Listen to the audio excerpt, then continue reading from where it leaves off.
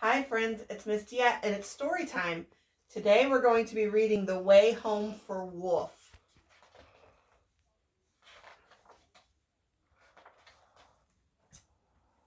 As a rainbow of lights flickered soft in the night, dusting diamonds of ice in a desert of white, the wild whipping wind it whistled its tune to a howling of wolves and a shimmering moon.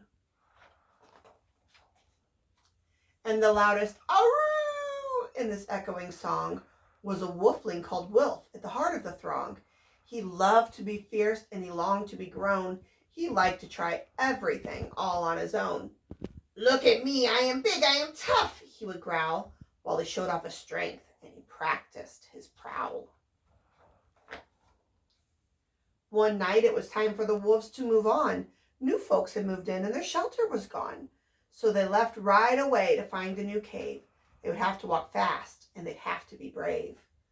"Let's go," shouted Wilf. "I am ready to lead." "You're too small," laughed the wolves. "It's an elder we need." "One day," they advised, "you will guide from the front." "I suppose," muttered Wilf with a huff and a grunt. They struggled through snow as high as their flanks and leapt over rocks as they scaled icy banks. Wilf gave his all to keep pace and keep up, but strong-willed as he was still just a pup. He was dropping back with each clamber and climb as the pack journeyed farther away all the time. Exhausted and breathless, he strayed off the track when a blizzard blew in and he lost his way back.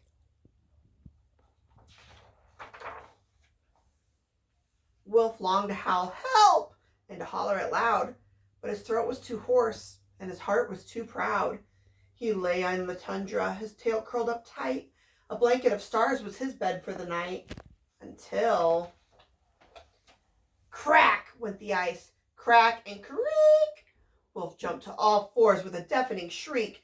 He stuck out his claws on every limb. He had to hold on because wolflings can't swim. Then he fell and he fell, rolling and spinning. It felt like the end, but it was just the beginning. Since somebody down there had heeded his scream, and he swooped from beneath like a watery dream. "I'll help you," she called. "Just reach for my horn." A majestic and magical sea unicorn. Wilf's pride washed away, and he stretched out a paw as she lifted him gently back onto the shore. "Don't worry," she sung before dipping her brows. "My friend Mr. Walrus will help you out now." And there, right behind him, a huge tusky fellow lifted his whiskers and let out a bellow. "To the ridge," he proclaimed with his chin in the air. "My friend mighty muskox will take you from there." And with waftings of fish and a very loud snort, their journey was made and their travel seemed short. And there, sure enough, on the ridge was the ox, who took Wilf as far as his friend Arctic Fox, who followed his nose through the trees to a goose, who guided him honking to this ancient moose. The moose knew these wilds like no other soul. He was steady and true in pursuit of their goal. And as twilight closed in, Moose sang out a call to a fluttering, tiny fluff ball, a bear moth, who showed Wilf the rest of the way to the place where this wolfling most wanted to stay.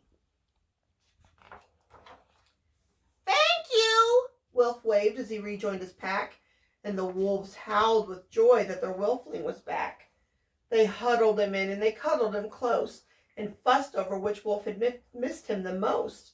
Wilf, he knew then that when all come together, the darkest of times can be easy to weather.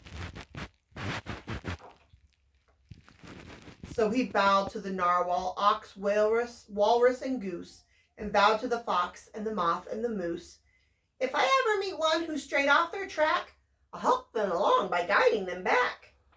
And true to his word, Wilf is different now, and his world seems much smaller and warmer somehow, since wherever life takes you, wherever you roam,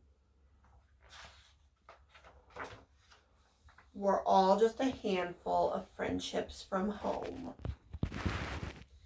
Hope you guys are all doing well. I miss you. Bye.